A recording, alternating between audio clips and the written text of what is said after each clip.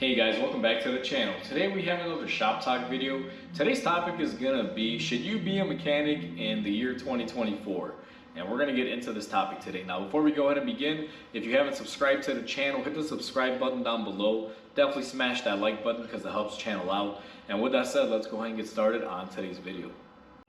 Before we begin this video, I just want to mention that everything that I'm going to be sharing in this video today, guys, is going to be personal opinion that I have gone through and seen with my own eyes, and just basically their opinions of myself. I'm also going to be sharing some comments from a video that I posted up here, what other people told me. So I'm going to bring those experiences into it as well. But again, just want to mention that this is not to discourage anyone or say, don't do it or this or that. It's just simply a discussion of my points and my opinions on it. And if you disagree with them, that's perfectly fine. So the question of today's topic is, should you become a mechanic in 2024? And I'm going to basically give you my personal opinion on this and the general opinion that I've gotten from a recent video that I made. Now, if you guys haven't watched it, I made a video that was regarding mechanics leaving the field and quitting, and not enough are coming in. And I got a lot of feedback from that video, and I learned a lot about different people's experiences in the field, mechanics that have been doing this since I was probably in diapers or before I was even born. And there was a lot of knowledge shared there, and I absolutely loved it. I learned a lot. So I'm gonna take the perspective of what I learned on there and my own personal opinion, and I'm gonna share that with you guys. Now, before I even get into this, don't hate on me if this is one of those controversial things. Don't go in the comment section saying I'm wrong, I'm an idiot, this and that. Lately, I don't know what it is, but I guess you can expect it in the public forum. There's gonna be some people on there that just don't care and they just want to say dumb things. But I always tell people, be positive when sharing comments, things like that. Don't just go on there and be like, you're an idiot, you're wrong, da da da da. Anyway, so getting back to the topic at hand, that video that I made, why mechanics are quitting and new ones are not coming in. A lot of people told me that this field has fallen down and it's crap and we're not respected, and I completely agree. So the main points that I got on that video were that the pay scale sucks, the respect is not there, and what is expected of mechanics for what we're getting paid and what we're getting in return as far as benefits and everything is pretty much, it's not worth it at this point. And I completely agree, because those were the main reasons why I left working for someone and started my own shop, is to get away from all of those hurdles. And owning a shop can definitely fix a majority of those. But since we are in a field and it's a wholesome thing, I mean, every shop, every person is affected in some way, shape, or form. And I am not, I guess you can say, untouchable when it comes to this. Because even though I'm independent, there's still a lot of flack that happens in the general field of mechanics that even I have to deal with. Now, in 2024, I mean, I'll be honest with you, if you were to come to me and I was a fresh, almost ready out of high school graduate, and I was thinking about what I'm gonna do for a career, and you came up to me in 2024 knowing what I know now and what I've experienced in this field, and you said, hey Mike, do you want to become a mechanic now? I would say absolutely not. It's not even worth it. And it pains me to say that, guys, because I've been doing this for 15 plus years now. And for me to, say that about a field that I currently am in, that I'm very passionate about and that I love doing. I mean, this is a hobby turned career, and I still love it. I know there's some people that say don't turn your hobbies into a career, but I love working on cars. I can't see myself doing anything else. That's why it's so painful for me to say that if you ask me now, would you become a mechanic in 2024? I would say no. I'm probably gonna try to do something, like go to college or something. Now, I'm not saying that's always guaranteed there, but I would probably just try something else. Because being a mechanic now, like I said, it's kind of a crapshoot, personally, in my opinion. And I'm sure a lot of you will agree with that, and some of you may disagree. From the video that I pointed out, people were just saying, and I learned quite a bit, that when the field started off, the whole pay structure was a 50-50 split on labor between mechanics and the shops. And then it divulged into this flat rate system that gives the technician about 15%, and then the shop gets to keep the remainder of the 85. And it's just a bunch of crap. I agree with that. Unfortunately, I wasn't around in the 60s and 70s, but learning from the guys that were around before me that are still in this field doing it, and they're telling me in the comments of the last video that I made about this that, hey, you know, we used to make great money, we were highly respected, now to the point where they're not. You know, it's relatable because I've seen it, I witnessed it, and I learned that my field was once a great field. The key points on if you should become a mechanic in 2024, and the reason why I say no, guys, is plain and simple. The pay scale is not there. The pay sucks, and you gotta work very hard to make your money.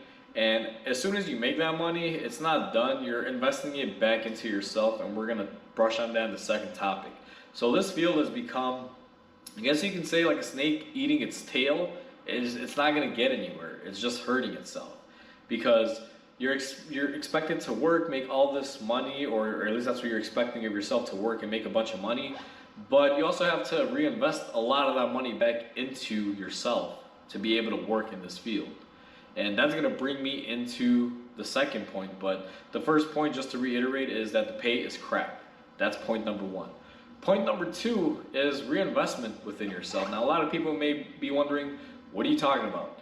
Well, pretty simple. As you see behind me, I'm leaning next to a toolbox. Said toolbox is filled with tools. Now, there's a lot of different ways you can go with tools. You don't have to spend an exorbitant amount. You can buy cheap tools, moderate tools, or super expensive tools. But regardless of what you buy, those tools cost money. And when you're starting off as a tech, you are working, using your skills to be able to buy tools to support your field. It's almost kind of like a drug, to say the least, where you gotta work to basically keep up with the habit. But in this scenario, you gotta work to get tools until you build your tool collection to a point where you're comfortable and you say, I'm good now, I can work comfortably. But by the time you reach that level, taken from my experience, you're pretty much in the hole quite a bit. When I started off in this field, about 60% of my check would go back into buying tools, and the rest of it I would use for, you know, living expenses and doing what I had to do. Not a lot of fields have that. I mean, a lot of fields, you know, have, like, let's say, loans and stuff that you got to take out, which this one does too if you go to school for it. But no other field out there requires you to have everything on you. It's only trade work, whether you're a mechanic or, you know, a technician of some sorts. That's what's expected of you. And in today's modern world, 2024, cars are not as simple as they used to be, and the tools have changed quite a bit. It's not just hand tools and common things that you need. You need, you know, crazy scanners, specialty tools. I mean, it's endless. So for me, the expectation that you got to come in, get low pay, and then you got to buy tools and you got to bring your own tools to be able to do this field is also the second point. It's just not worth it. With the cost of everything nowadays, it's not cheap to become a mechanic, because the reinvestment in your tools that you're going to have to do means you're going to be living pretty tight on budgeting for a while, until you build up to a certain point. And to be honest with you, it never ends. There's always a tool that you're gonna need. If you think you can buy all the tools and, you know, be done with it, you're wrong, because there's always something, guys. There's always something that needs to be updated. So keep that in the back of your mind. That's the second point, just what is expected of you to bring as far as tools into the field. Now, the third point I'm gonna say is also very important, but the third point is going to be lack of respect. I mean, this thing is probably the worst of it when it comes down to me, but obviously it can't be number one on the list, because making money, a lot of people, as long as you're making good money, you can deal with a bunch of crap. You know, it's not an issue. But the respect for mechanics in general is absolutely bonkers. Like, no one really respects us anymore. They think we're just some dirty, you know, greasy people that, you know, are unintelligent, that just know how to turn wrenches. And that's not the case. Working on today's modern cars, trust me, you can't be a dummy. You got electronics and sensitive things on there that you can easily destroy stuff. So you got to have something working up here to work on modern cars. It's not as simple as turning wrenches. Now, I'm not throwing shade at any older mechanics that have been doing this. It's just times evolve. You know, back in the 70s and 80s, things were more simple. And in today's world, everything is more complicated. I've known guys that started off in the 70s and 80s who eventually retired out or just left the field and did other things because things got too complicated and they didn't want to deal with it and go to training. And I get it, it's kind of an era thing. Now I'm in an era of computers. I grew up in that era and I'm familiar. I know how to do this stuff. I can use scopes and determine things by reading sensor data values and everything. So for me, it's just a walk in the park. I'm just used to it. It's just what my, I guess you can say my decade is in. But I mean, in order to learn all that, I mean, it takes a lot of money and a lot of skills. I went to school. I had to take out, a loan. It takes a lot. But for me to, have so much money invested in education and all these tools to not be respected, I'm not a big fan of that. So lack of respect in the field is a big thing. And it's not just from, let's say, your managers or your shop owners, or let's say even service writers. Most mechanics seem to hate their service writers, but it's even from the general public. The perception of a mechanic is that, again, we're just unintelligent people who know how to turn wrenches, who probably never did anything with their lives. And it's such a BS thing to think of, because I worked with many people that were very, very smart and they love doing what they do, and that's why they chose it. Just like me, I'm not in this field because I'm some idiot who can't do anything else. To be honest with you, I'm quite in a lot of different ventures, but the only reason why I do this is because I love what I do. This was my hobby and it still is my hobby, and I get to do it every day and it comes easy to me, so why wouldn't I do it? That doesn't make me an idiot just because I didn't go to a fancy college or anything like that.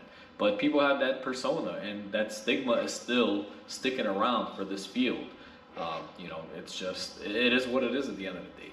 So the third point would be the lack of respect. That's one thing that's changed, and it's down. There's just no one out there really respects us. And that's a big pitfall, because if you're not respected, you're not treated fairly. Now the fourth point that I'm going to point out is just kind of a general thing, but generally overview of any sort of dealership or shop experience for most general consumers is that they're feeling like we're scams, like we're overcharging and this and that. No one wants to pay what is, truly right anymore. And that's going to be the fourth point that I just want to throw in there at the last topic. It's not really the majority of it, but still, just the whole field having a shade around it, like we're all scam artists trying to make a quick buck and rob people. I hate that, and I just disagree with it. So there's just so many negative impacts onto the field.